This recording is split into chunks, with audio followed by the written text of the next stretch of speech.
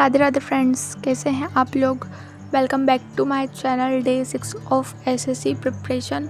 तो आज मैं आपको बताने वाली हूँ कि मैं कहाँ से कैसे कैलकुलेशन प्रैक्टिस करती हूँ, जो कि सबसे ज़्यादा इम्पॉर्टेंट है। तो सबसे पहले ये टेबल लर्न करती हूँ मैं डेली 20 तक, तो मुझे लर्न है, तो 20 तक टेबल तो लर्न होना चाहिए। एंड उसके बाद ये कुछ इंपॉर्टेंट टेबल्स हैं वो लर्न होना चाहिए।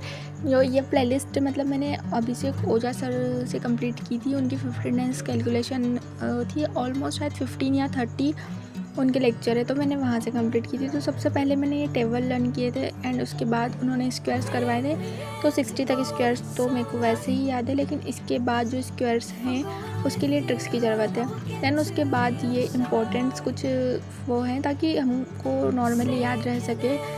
इसके बाद ये वेस्ट 50 है, हमको यदि 50 से नीचे के स्क्वायर्स बनाना हो तो हम इससे बना सकते हैं। एंड वेस्ट 100 या अबव 100 से हमको स्क्वायर बनाना है तो हम इसकी हेल्प से बना सकते हैं। उसके बाद यहाँ पे कुछ इंपॉर्टेंट क्वेश्चंस लिखे थे मैंने जो उन्होंने करवाए थे।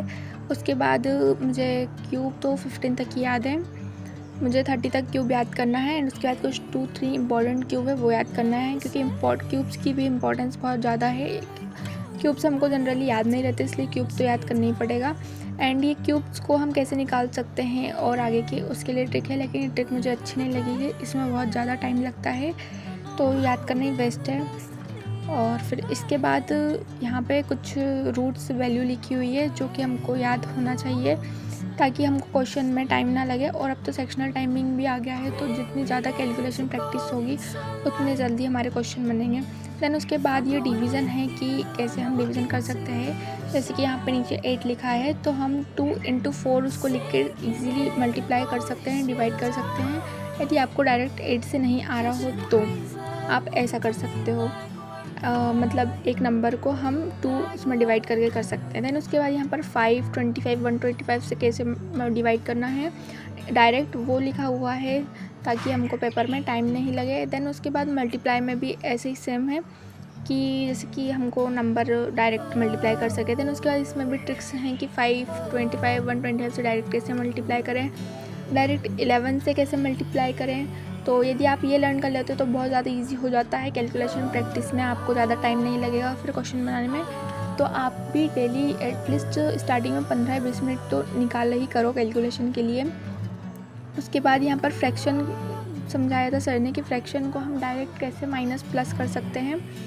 तो ये फ्रैक्शन लिखे हुए हैं कि हम जैसे फ्रैक्शन को मिक्स्ड फ्रैक्शन में कैसे चेंज कर सकते हैं, या फिर मिक्स्ड फ्रैक्शन को हम नॉर्मल फ्रैक्शन में कैसे कन्वर्ट कर सकते हैं, ये लिखा हुआ है। क्योंकि हमको माइनस करना भी नहीं आता है किसी किसी को, इसके लिए सर ने ये जो सबसे पहले मैथ्स यदि आप स्टार्ट कर रहे हो तो वो सर की प्लेलिस्ट देख लेना, अभिषेक ओझा सर की, उन्होंने पूरा अच्छे से समझाया है। एंड ये नोट्स भी मैंने उन्हीं से बनाए थे।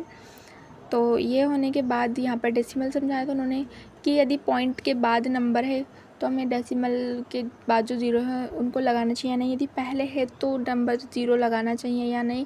एंड जो इम्पोर्टेंट क्वेश्चन थे वो थे। इसके बाद स्क्वायर रूट कैसे निकालते हैं वो है, क्योंकि स्क्वायर रूट निकालने वाले भी बहुत सारे क्वेश्चन आते हैं नंबर सिस्टम में डायरेक्टली, तो ये भी हमको पता होना चाहिए। और फिर मैं बताने वाली हूँ अब कि मैं कैसे नोट्स बनाती हूँ मैथ्स में। ये अप्रोक्सीमेशन है कि हम अप्रोक्सीमेशन कैसे लगा सकते हैं, एंड एलसीएम की कुछ ट्रिक्स हैं। यदि आपको ट्रिपलेट्स डायरेक्ट याद है तो आपको क्वेश्चन बनाने में बिल्कुल भी गलती नहीं होगी। कुछ क्वेश्चंस तो डायरेक्ट आते हैं ट्रिपलेट्स पर से। तो ये थे मेरे कैलकुलेशन प्रैक्टिस के लिए जो मैं डेली करती हूँ। और अब मैं आपको मेरे नोट्स दिखाने वाली हूँ मैथ्स के, कि मैथ्स में मैं कैसे करती हूँ। तो ये मेरे प्रॉफिट लॉस के नोट्स हैं। तो ये टाइप 1 है और मैं सारे टाइप मतलब कि एक ही क्वेश्चन लिखती हूँ, सारे क्वेश्चन नहीं लिखती हूँ। तो ये फर्स्ट क्वेश्चन है और यदि डिफरेंट क्वेश्चन रहते हैं तो लिखती हूँ, जैसे कि 100 वाला मेथड हो गया जो इंपॉर्टेंट सर बीच में पढ़ाते हैं वो लिखती हूँ। एंड जितने भी अलग अलग टाइप के कॉन्सेप्ट रहते हैं उनको लिखती हूँ, एक ही क्वेश्चन को बार बार नहीं लिखती हूँ, क्योंकि नोट्स वही होते हैं कि आप एक कॉन्सेप्ट को एक ही बार लिखो। सारे क्वेश्चंस लिखोगे तो सिर्फ पेजेस भराएंगे और कुछ नहीं होगा। एंड यहाँ पे डिफरेंस जैसे कि टाइप 2 है, difference between selling price and cost price, क्योंकि मैंने आपको पहले भी बताया था कि मैं आदित्य रंजन सर से पढ़ती हूँ और वो टाइप वाइज पढ़ाते हैं। यदि आप टाइप वाइज पढ़ते हो तो आप एक ही टाइप के यदि बार बार क्वेश्चन लगाते हो तो आपको समझ में आ जाता है कि पैटर्न क्या है, और फिर जब आप नेक्स्ट बार वो क्वेश्चन को देखते हो तो आपको ईजीली बन जाता है। इसलिए टाइप वाइज पढ़ना बहुत ही ज़्यादा अच्छा है। आप पढ़ सकते हो आदित्य रंजन सर से, जैसे कि टाइप 5 हो गया। और कुछ भी इंपॉर्टेंट चीज़ लिखना है तो आप उसको दूसरे पेन से हाईलाइट करके लिखा करो, ताकि अलग ही दिख जाए वो कि आपको इम्पॉर्टेंट क्या है। एंड ये है मेरे प्रॉफिट लॉस के नोट्स।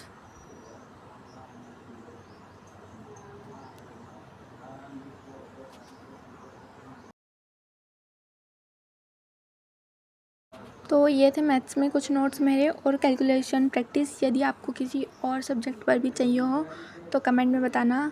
तो ये था डे 6, मिलते हैं डे 7 में। वीडियो अच्छा लगा हो तो लाइक शेयर एंड सब्सक्राइब करें। बाय।